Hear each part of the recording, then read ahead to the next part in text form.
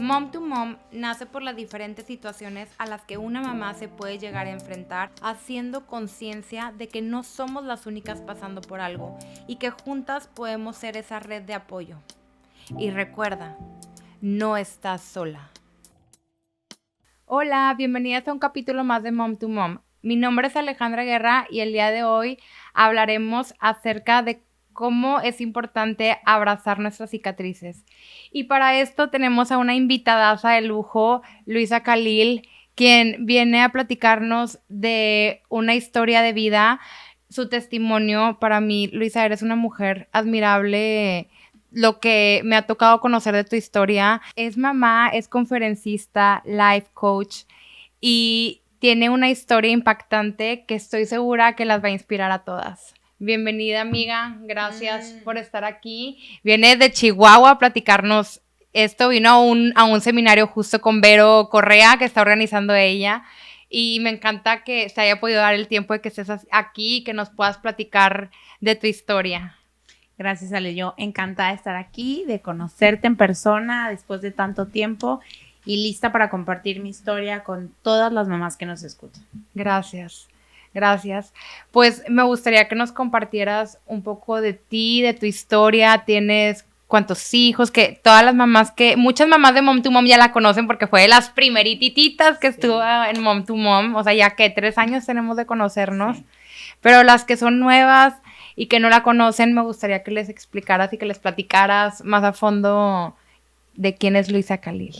Bueno, a mí me gusta siempre decir que soy una acompañante de procesos. Me gusta acompañar a la gente en los procesos de vida. En este camino vamos pasando por distintas etapas y distintos procesos y no siempre tenemos que vivir los procesos solas. Entonces a eso me dedico, a acompañar procesos. ¿Por qué acompaño procesos? Bueno, porque yo viví uno que me cambió la vida completamente. La adversidad tocó la puerta de mi vida muy chica. Yo tenía 8 años cuando mi casa explotó junto con mi mamá, mi hermana, la persona que nos ayudaba y nos cambió la vida. Después de este contacto con el dolor y con la muerte, después de muchos años de recuperación, de rehabilitación, empecé a entender para qué me había pasado lo que me había pasado. Y empecé a compartir mi historia. Y cuando la gente llega a mi consulta, a mis conferencias, a mis talleres, a mis retiros, y vienen con un dolor enorme, porque a todos nos pasan cosas en la vida, yo puedo entender ese dolor. Porque en mi vida, en mi historia, ha habido dolores muy fuertes. Y uno de esos es el accidente. ¿Te gustaría platicarnos un poco de él? Sí, claro. El 15 de agosto del 2000, mi vida y la vida de mi familia cambió por completo. ¿Quiénes estaban? Un día normal. Uno nunca espera que la vida le cambie. Yo tenía 8 años, mi hermana 7. Venía alguien de fuera, de la ciudad de Chihuahua, y mis papás le iban a dar un tour, así que se planeó que no fuéramos a la escuela. Y mi papá pidió permiso para salir temprano del trabajo. Así que se levantó muy temprano para irse a trabajar, se fue. Y con este reloj biológico que vamos teniendo los seres humanos, sobre todo los niños, nosotros, mi hermana y yo, nos despertamos aún sin despertador porque se había apagado a la misma hora que teníamos que ir a la escuela. Bajamos, mi casa era de 2 pisos, empezamos a sacar platos para desayunar y con ese ruido despertamos a mi mamá. Y sabes, las mamás que están en el podcast, yo ahora que soy mamá, las mamás tenemos un sexto sentido. Y mi mamá sabía que algo no estaba bien. Y cuando sale de su recámara, escucha y huele el gas en toda la casa. Sabe que lo que sigue es que la casa va a explotar. Así que por puro instinto va olfateando y se da cuenta que la fuga proviene del cuarto de servicio. Imagínate, mi hermana y yo de 8 o 7 años no entendíamos qué estaba pasando. Mi mamá, entre la adrenalina obviamente y el tiempo, ni nos podía explicar, simplemente se movía de un lugar a otro, nosotros la seguíamos, tocaba el lugar donde estaba la persona que nos apoyaba, trataba de abrir la puerta y no respondía. Señal que por la cantidad de gas se había desmayado. Y se genera la explosión porque mi mamá sale a buscar ayuda y el vecino está a punto de subirse a su coche o a su carro para irse a trabajar y mi mamá le dice y el vecino entra a ayudarnos. Entonces la explosión se da por 3 cosas. El oxígeno de abrir la puerta, el gas acumulado y las estufas de antes, esto pasó en el 2000, tenían un pilotito prendido. Ahora son eléctricas, pero antes había que estar revisando que el piloto estuviera prendido. Bueno, esas 3 cosas generan la explosión. Y lo que hace el fuego es buscar salida, y la salida estaba en las puertas y en las ventanas. Nosotras, mi mamá y mi hermana, estábamos agarradas de la mano cruzando la puerta principal de la casa cuando se genera la explosión. 3-4 segundos cuando todos los vecinos están afuera, y el 15 de agosto con las mangueras sale con las que tú y yo regamos hoy nuestras plantas, nuestro árbol, nuestro jardín. El 15 de agosto nos apagaron el fuego completo del cuerpo. Inmediatamente todo el mundo empezó a hablarle a los cuerpos de emergencia, pero mi mamá necesitaba avisarle a mi papá lo que había pasado. Así que le pide a la vecina entrar a su casa. Imagínate que de la temperatura tan alta que había adquirido la piel, el piso de la vecina era de alfombra y mi mamá va entrando y va dejando las huellas de los pies marcados. Me meto corriendo detrás de ella, levanta el teléfono, le avisa a mi papá, cuelga, y en lo que llegan todos los servicios de emergencia se acuesta. Y se acuesta en el piso de la cocina de la vecina, que es un piso de cerámica frío. Y me acuesto enseguida a ella y le pregunto, mamá, ¿nos vamos a morir?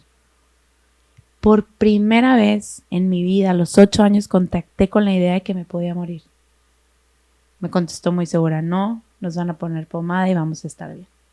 De ahí nos trasladaron al primer hospital, donde estaba nuestro pediatra y un montón de cirujanos esperándonos. Y cuando mi pediatra, hoy pediatra que también atiende a mis hijos, nos ve, voltea con mi papá y le dice, no tengo idea de qué hacer.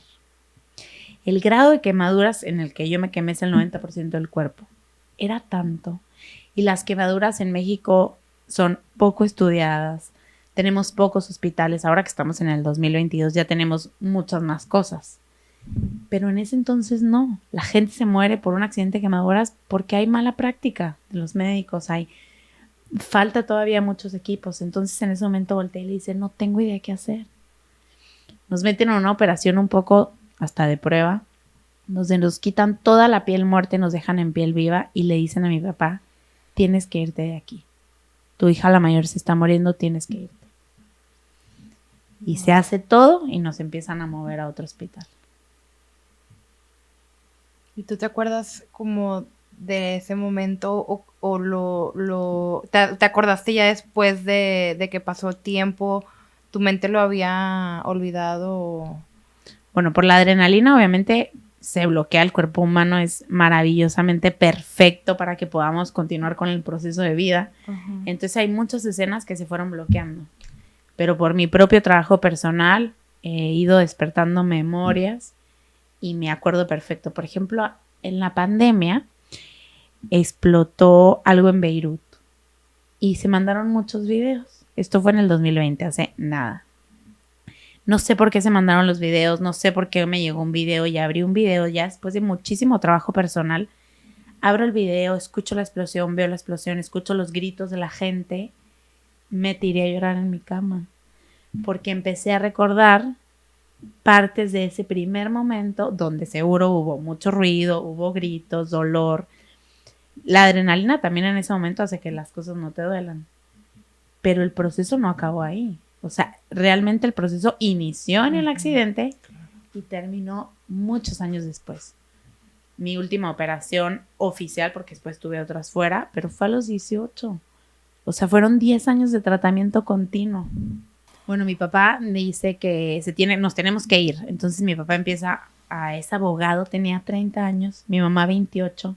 Hoy tengo esa edad y digo, me llega a pasar eso hoy y no reacciono de esa manera, por supuesto. Mi papá es abogado, hace una junta con los doctores y les dice ¿a dónde me las tengo que llevar para que sí puedan sobrevivir? Se busca el hospital, se encuentra uno en Dallas, en Estados Unidos, y el seguro no pasa, el seguro médico, porque obviamente estamos hablando del 2000, mi papá era un abogado de una empresa, tampoco era ni el más importante ni el dueño de la empresa. Y fíjate todo lo que tiene que suceder para que hoy yo esté aquí en este podcast. Entonces, alguien que le está ayudando a mi papá con el seguro, le marca al dueño de la empresa. Antes era mucho más fácil contactar con los dueños de la empresa, ahora hay muchos procesos que seguir, pero estamos hablando hace 22 años. Y le dice, el licenciado Khalil tuvo un accidente junto con sus hijas y su familia y necesitan irse y el seguro no pasa. Y si no se van, se mueren. Y ese señor literalmente nos salvó la vida. Y le dice, todo va por nuestra cuenta, que se vayan. Pasan este hospital, vienen por nosotros en una ambulancia aérea que tenemos que contratar, que tenemos que pedir un permiso para que el aeropuerto, para que la pueda aterrizar y pueda irse. Y en cuanto llegamos a este hospital, le empiezan a decir a mi papá todas las malas prácticas que habían hecho en México y que nos tienen que inducir a un coma. Así que de ahora hasta que te cuente que cuando me despertaron, todo es un relato de mi papá. Nos inducen a un coma y él es el que toma todas las decisiones. Cada vez que nos operan tiene que firmar de que nos podemos morir. Dice que había veces que regresaba a su departamento, abría la puerta del departamento y ya le estaban marcando que tenía que regresarse porque tenía que despedirse de alguna, o de mi mamá, o de mi hermana, o de mí. Y entonces se regresaba, se despidió y esto más o menos duramos en coma como 3 meses.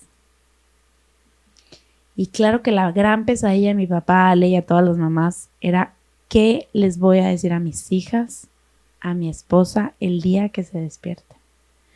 Estando en coma, toma la decisión mi papá de separarnos.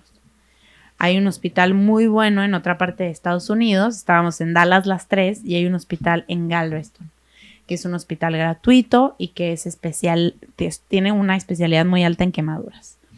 Manda todos los informes, nos aceptan y mi papá tiene esta sensación de decir, divido a la familia en este momento tan importante, me quedo. Bueno, nos divide. Wow, tu papá. En ambos lugares tiene gente, obviamente, que nos apoya, familiares. Todo en coma, sin saber. Hasta el día que nos despiertan, ¿no? Y entonces dice que soñaba pesadillas con lo que nos iba a decir. Yo cumplí años dormida. Y mi papá en mis conferencias tiene un video donde cuenta cómo le explicas a una niña de 9 años lo que le pasó. ¿Cómo se lo explicas? Y bueno, entró mi papá, estaba la enfermera, estaba gente con medicamento por si me llegaba a poner mal. Y me cuenta, tu mamá no está contigo, tienes estas quemaduras, vas a vivir un proceso, te tuvimos que amputar 3 dedos de la mano derecha, no te preocupes, vas a estar bien. Y solo volteé y le digo, ¿qué sigue? ¿Qué tengo que hacer para salir de acá?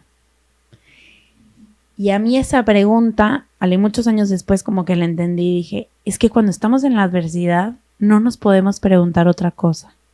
Porque si te preguntas otra cosa en la adversidad, te paralizas. Y por más que yo quisiera salir corriendo de ese hospital y regresar a Chihuahua, físicamente me era imposible. Físicamente yo no me podía parar de la cama, menos agarrar un avión. Y la pregunta que sigue era para saber qué tengo que hacer para salir de aquí. Tenemos que hacer una ruta. Y eso es algo que promuevo. Tenemos que tocar la realidad y saber, no podemos inventarnos castillos en el aire. Necesitamos ver la realidad y a partir de ahí hacer un plan para poder salir de ella.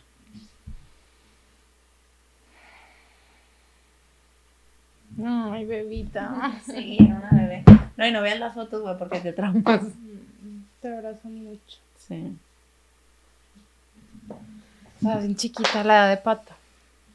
No mames, está cabrón. Ay, tu papá, o sea, se la fletó. Solo, y las 3. Y después de eso, ¿qué siguió? Bueno, algo importante es que yo ya tenía conciencia de cómo estaba. Uno lo ve en las películas, ¿no? Como que cuando alguien está en coma le piden, síguele hablando, cuéntale. Uno no puede creer que solo sea el cuerpo. Hay algo mucho más grande. ¿Tú te acuerdas de algo de eso? Que aunque mi cuerpo está dormido, yo me desperté, Ali sabía perfectamente cómo tenía el cuerpo. O sea, no me sorprendí, no lloré, no hubo una crisis. ¿Por qué? Porque escuchas las máquinas, toda la gente que está hablando de tus signos vitales, de esto. Ahí está toda la información. Para mí no fue extraño despertar y saber lo que me había pasado. Para mí era solo verme en lo físico, pero yo, en lo más profundo de mi ser, ya sabía cómo estaba. Y también, si te estoy honesta, no siempre lo cuento, pero en el fondo de mi alma, esa edad tan chiquita, había algo que me decía, íbamos a poder. No sé qué era, si te soy muy honesta, no sé qué era, porque fue mucho por las operaciones que pasé, por todo, pero había una confianza esa fe. sí, en que yo iba a poder con aquello que me estaba sucediendo. Y nunca dudé de eso. Y eso fue lo que te ayudó a salir. Y luego, o sea, cuando despiertas que tu papá te platica todo eso, luego viste a tu mamá, a tu hermana. Bueno, te cuento la primera vez que vi a mi mamá. Despierta mi mamá en coma en Dallas, yo estaba en Galveston. Le dicen que ya nos despertaron, que estamos bien. Cada una fue un proceso diferente. Y dice, quiero ir a ver a mis hijas. Entonces, cuando ella ya estuvo lista para seguir con su tratamiento de rehabilitación y sus operaciones, se la traen a un hospital que está frente a nosotros. Yo todavía seguía internada, mi mamá fue la primera que salió. Entra al cuarto y le pregunto que quién era. Físicamente no la reconocí. Mi mamá era otra. Y entonces le pregunto, ¿quién eres? Y me dice, tu mamá. Y yo, ay, no te reconocí. Y me dice, yo tampoco. Obvio, el cuerpo nos había cambiado tremendo, estábamos hinchadas, no teníamos piel en el pelo, estábamos todas abiertas, con 1000 máquinas, yo conectada a mi mamá, ¿no? Y le digo, cántame una canción.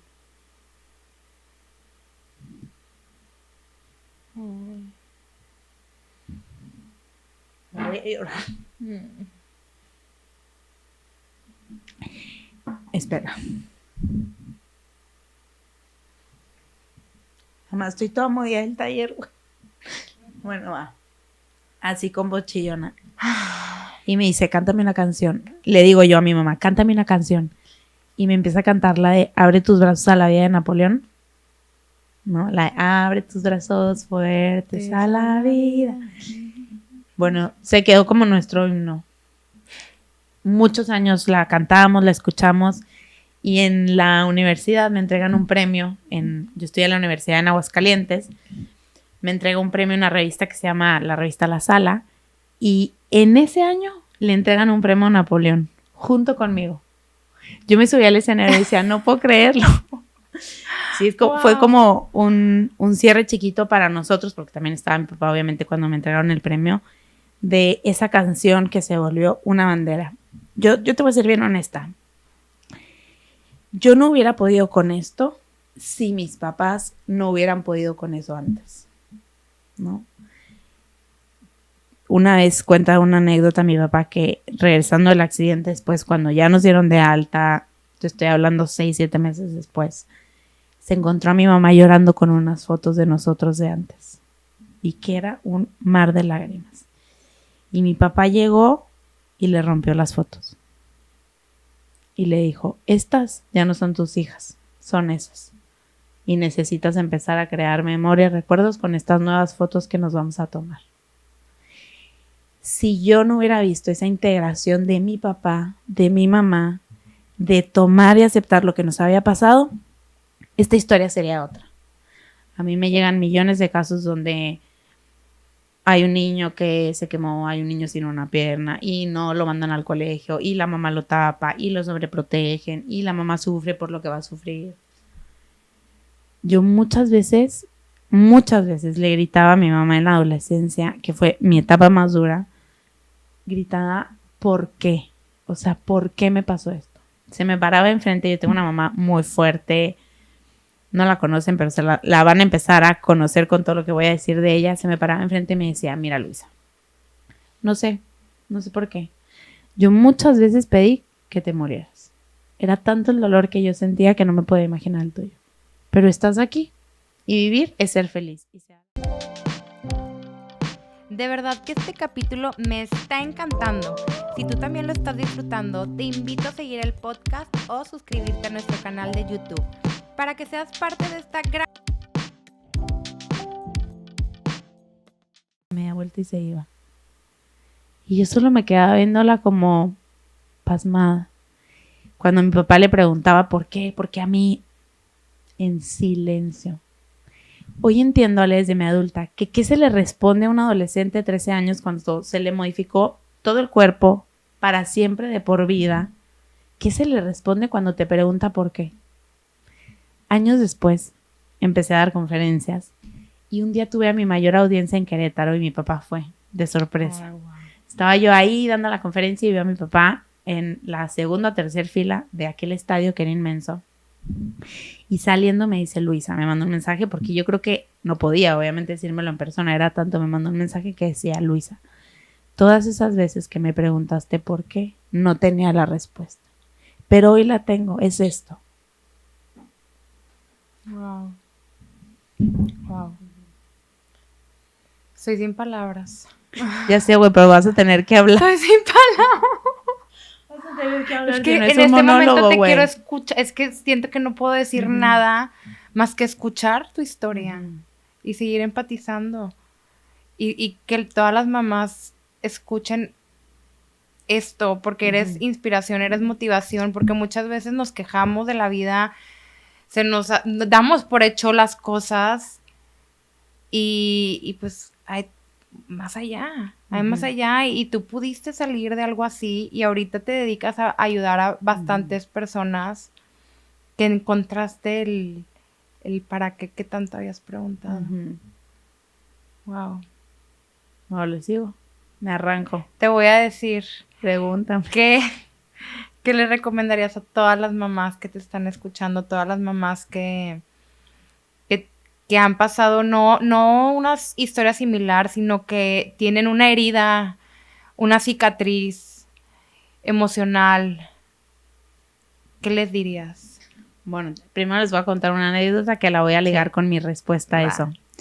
Cuando yo estaba en la adolescencia y un poco me quejaba por lo que me había pasado y me tapaba de las quemaduras, mi papá volteaba un día y me decía: y no es lo único que vas a vivir. Y yo lo veía con una cara de ¿qué me estás hablando? O sea, hay más. No solamente coma, no solamente operaciones, hay más. Años después entendí lo que me quería decir y lo tomo. Él me estaba diciendo que la vida tenía sus subidas, sus bajadas y que el dolor era parte del camino. Entonces, lo que yo le diría a las mamás que me están escuchando es: el dolor es parte del camino. Hacemos cosas gigantescas para que nuestros hijos no sufran. Y con esas cosas gigantescas que hacemos, les quitamos la posibilidad de las herramientas para poder vivir. Un día no vamos a estar acá. Y queremos que ese día nuestros hijos vivan bien. Pero para eso necesitan poder con lo que venga en la vida. Y eso creo que fue algo que me enseñaron mis papás, a poder con lo que viniera. Y eso fue un regalo del accidente. A mí me han seguido pasando cosas, porque pasa la vida. Sí. Y te prometo que después de esa experiencia nunca he dudado de que puedo salir. Y eso fue algo que me enseñaron. Y eso es algo que veo y es algo que me gusta transmitir, porque necesitamos transmitir eso a nuestros hijos. Pasan cosas, a mí también como mamá y a las mamás que nos escuchan que tienen cicatrices por fuera, por dentro, pasan cosas. Y enseñarles a nuestros hijos que aún con esas cosas que se pasan, podemos seguir celebrando la vida. Claro. Y eso es algo que me encanta compartir. Yo conocí el parque de diversiones que todo mundo niño quiere conocer una semana antes del accidente. Una semana antes. Y en mis conferencias siempre digo: ¿cuánto le dura a un niño la emoción de visitar Disney? Porque a mí me duró 7 días. Y después comenzó el accidente. Y cuando cumplimos 1 año del accidente, mi mamá nos llevó a Liverpool. Me acuerdo perfecto lo que compré, Ale. Me dijo: vamos a celebrar que estamos vivas, vamos a organizar algo, así que cómprate algo. Me acuerdo perfecto lo que me compré una blusa como de gasita rosa con unas flores, un pantalón rosa. Mi hermana se compró otra cosa.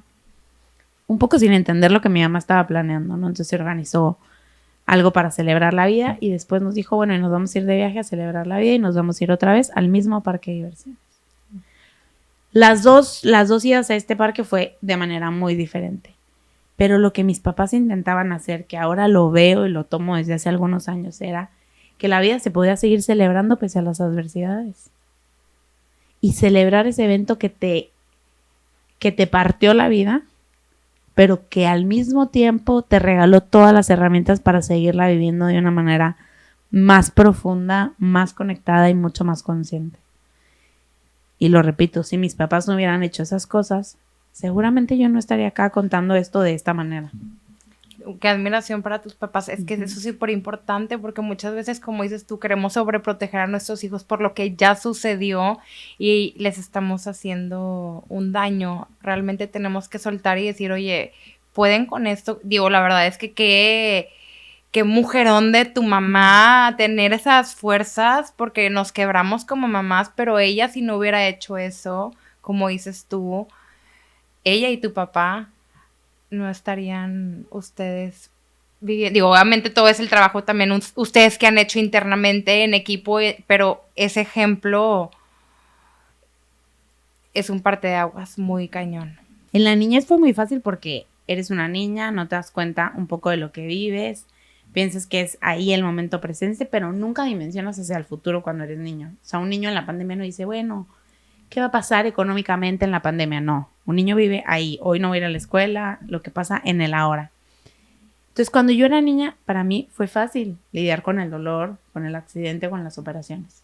Conforme fui creciendo y me fui dando cuenta de lo que me había pasado y que no se me iba a quitar nunca, ahí me costó.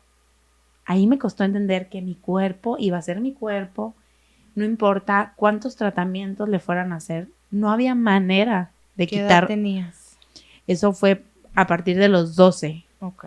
Que es cuando las niñas están en sexto, entran a primero y secundaria, empezamos con todo un poco tema hormonal, quién me gusta, ¿no? Para mí fue muy difícil porque ahora hay más referentes, pero en ese momento estaba Cameron Díaz en las portadas, no veías nunca una portada con alguien en silla de ruedas, no veías una modelo que tuviera cicatrices, no veías una modelo con ninguna discapacidad. Eso no existía. Ahora hay más diversidad, poquita, porque nos falta mucho para que realmente podamos ver una diversidad corporal en todos los medios de comunicación. Pero entonces yo era esa niña que no tenía un referente con quien decir, sí, eso también es belleza. Y a mí me costó y me tapé durante 6 años. Y mi mamá nunca se tapó. Y mi hermana nunca se tapó. Y muchos años después le dije, mamá, ¿y qué pensabas? Porque obviamente negoció conmigo, trató de hacer que me destapara de 20,000 maneras hasta que soltó la toalla. Le dije, ¿cómo soltaste ya? Que a lo mejor yo iba a vivir con cuello de tortuga, manga larga, siempre, además en un desierto que en el verano ustedes saben que hace muchísimo calor. Me dijo, confié en que ibas a poder entender que lo que te había pasado tenía una trascendencia mucho más grande y que ibas a poder un día mirar tu cuerpo diferente. Confié. Y eso a mí se me quedó grabado para mis hijos y me encantaría compartirlos con las mamás. Confiemos en nuestros hijos, en sus herramientas, en que van a poder con lo que sea que venga. Estamos súper preocupadas, ay no, pobrecito, porque va a entrar a la primaria, es que ahora que lo cambié, ay no, es que... Y no, la verdad es que no confiamos. Y esa desconfianza de la madre se transmite a los hijos. Y démosles espacio, que si te tomó 6 años aceptar tu cuerpo, está bien y no pasa nada. Y después de esos 6 años estoy haciendo cosas increíbles. Y me tomó ese tiempo, porque también cada hijo y cada ser humano pues tiene tiempo y procesos diferentes. ¿Y te acuerdas de ese momento que llegó que dijiste, ya? ¿Cómo pasó? Bueno, no pasó de una manera muy espiritual. Y yo creo que aquí muchas van a decir, a mí también me pasó así. Para mí fue el hartazgo. Me harté. Okay. Me harté de siempre estar sufriendo porque había una albercada, porque había una fiesta, porque ahora que me iba a poner. Me harté de vivir conflictuada con mi cuerpo cada vez que lo veía al espejo. Me harté. Y con ese hartazgo que la verdad que si lo capitalizamos nos mueve de lugares donde nos hacen daño. Estaba bien chiquita cuando me empecé esta parte, tenía 16. Y me harté y dije, bueno, ¿qué hago? En mi casa no era muy bien visto la terapia psicológica. Entonces levantar la mano para pedir una terapia ni siquiera se me ocurrió, que no era algo que estuviera en la mesa. Y lo único que hice fue entrar a ayudar. Y entré a ayudar a la organización que me dijeras. Mi fin de semana era ayudar. Y ahí me di cuenta de algo muy profundo. Que mi dolor no era el único. Y eso a mí me abrió el corazón. Como que dije, yo lidio con un cuerpo con quemaduras, pero alguien lidia con un hijo con cáncer, pero alguien lidia con una separación, pero alguien lidia... Y eso en algún lugar, en algún momento me sentí que yo era la que más sufría en todo el mundo.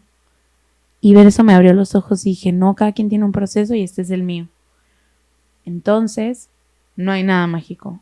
O sea, no fui a un retiro y me destapé, no me leí un libro y me destapé, no fui a una sesión de terapia y me destapé, porque todo lo que te vendan mágico corre, ¿no? La vida tiene procesos y tiene tiempo.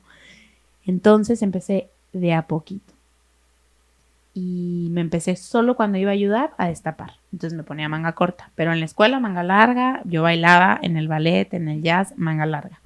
Cuando estuve lista, entonces en la ayuda manga corta y en el ejercicio manga corta. Y lo último fue lo social. Y hasta que estuve lista. El día que me sentía lista, manga corta. El día que decía hoy no, manga larga. O sea, fui bien respetuosa con lo que yo iba sintiendo. Con tu proceso. Sin quererme llevar a palazos ni violenta a un lugar en el que todavía no estaba lista. Fuiste ¿no? muy compasiva contigo. Muy. Y es importante. Muy. Y hoy entiendo que el ser humano es mucho más que un cuerpo. Y cuando solo nos reducimos a eso, cuando solo pensamos que somos lo físico, cuando hacemos de todo para no envejecer, para vernos mejor, nos violentamos mucho. Nos violentamos mucho, esa es la realidad. Entonces, para mí, empezar a mirar que sí soy un cuerpo, por supuesto que soy un cuerpo, pero también soy otras cosas, que no soy solo el accidente. El accidente es un pedacito de mi historia, pero Luisa Khalil hace 1,000,000 de cosas que no estén relacionadas al accidente. Platícanos al ratito también. Sí. Entonces creo que abrirnos, no reducirnos a lo que nos está pasando, también nos ayuda en cualquier adversidad que estemos viviendo como mamás. No soy solo el problema que mi hijo está teniendo en este momento. No soy solo la separación que estoy transitando. No soy solo el cambio físico que estoy viviendo en el posparto. No eres solo eso. Eso no te define, tenemos muchas facetas y es abrazar todas. Y luego sales de eso, va avanzando todo. ¿Y cuándo decides empezar tu camino de ser coach y apoyar a todas las mamás y a las mujeres? Bueno, te cuento que el camino se abrió con la primera conferencia. Yo di mi primera conferencia cuando tenía 16 años. ¡Órale! Como empecé con esto de la ayuda, que les contaba, una maestra me dice, Luisa, nos faltan alumnos en el servicio social, entonces quiero que vengas y compartas al salón a los de primero de prepa, como en qué te he ayudado. Bueno, yo quiero decirles que a mis 16 años me sentía una conferencista profesional, preparé mis tarjetas, me acuerdo todavía del nervio, de la emoción, de me voy a parar yo mañana en uniforme, o sea, me sacaron de clase para dar una plática chiquita. Me paré ahí, o sea, la tercera palabra, sentí que iba a hacer eso toda mi vida. Lo sentí, fue claro, y dije, a esto me voy a dedicar siempre. Wow. A manera que iba, yo, porque para mí dar conferencias fue muy sanador, fue contar mi historia y cada vez que la contaba la resignificaba, la miraba desde otro lugar, con más respeto.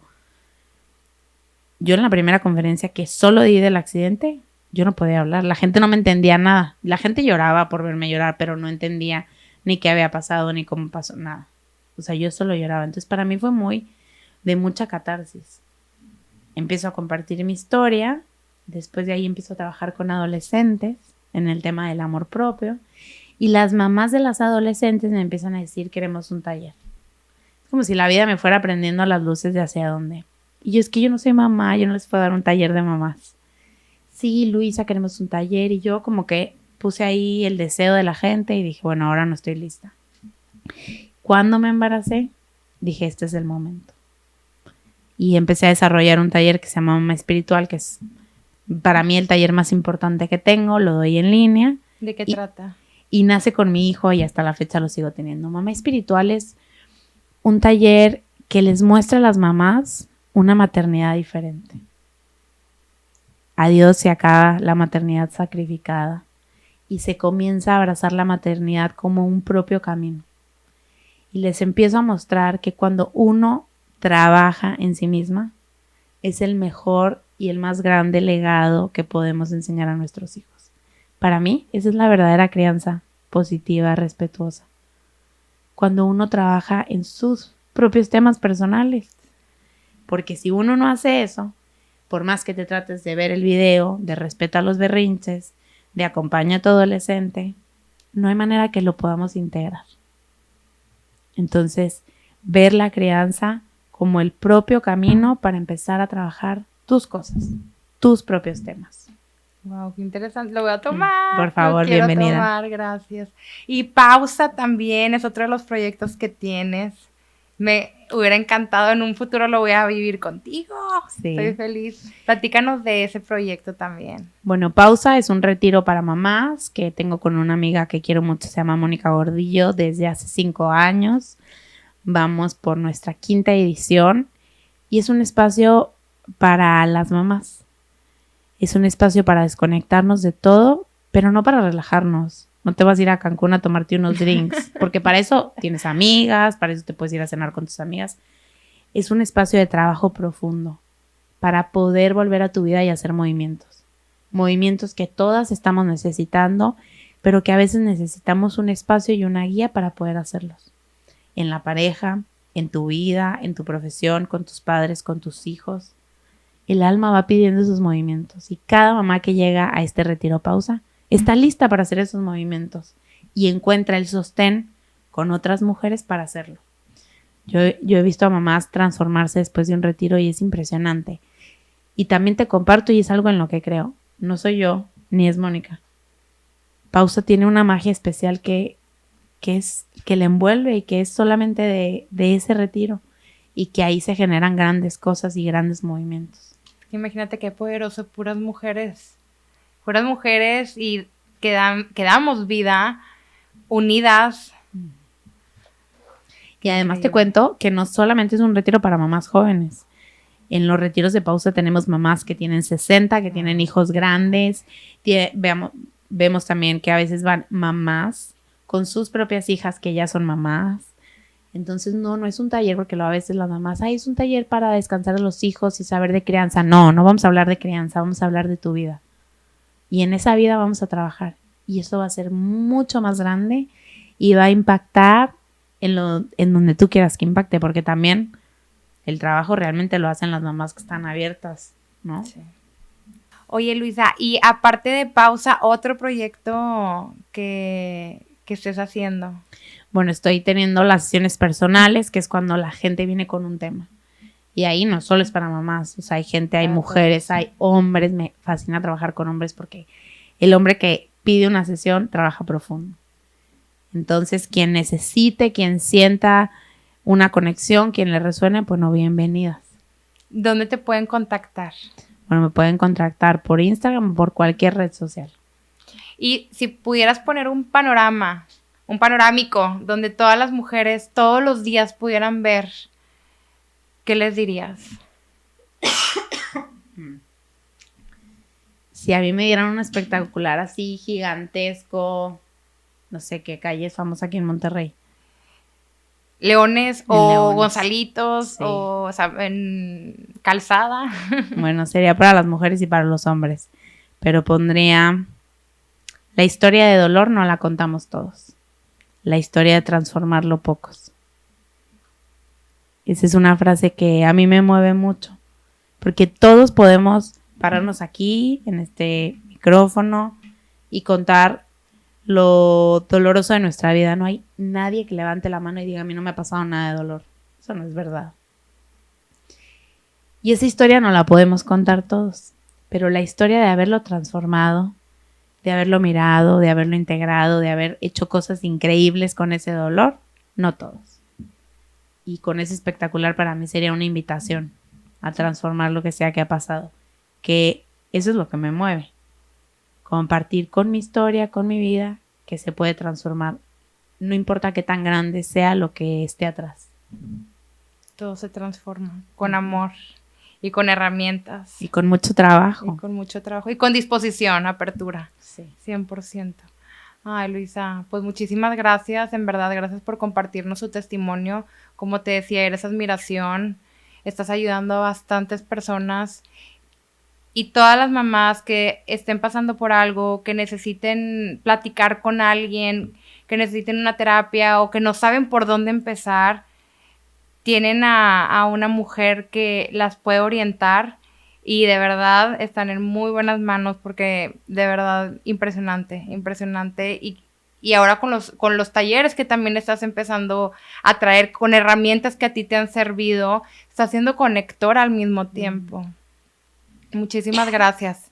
En verdad agradezco mucho tu tiempo, que estés aquí y gracias. Yo agradezco tu espacio, tu liderazgo y tu apertura y tu disponibilidad siempre. Gracias, Ale. Gracias. Muchísimas gracias, Luisa. Y espero que este episodio les haya llegado, les haya servido y que haya sido de aprendizaje para ustedes. Muchísimas gracias, Luisa. Y este fue un capítulo más de Mom to Mom. Espero que les haya gustado y nos vemos en el siguiente. Gracias. Les agradecemos por habernos escuchado y las invito a compartir este capítulo con todas esas mujeres y todas esas mamás que conozcan para que este proyecto siga creciendo, sigamos inspirando, motivando y empoderando.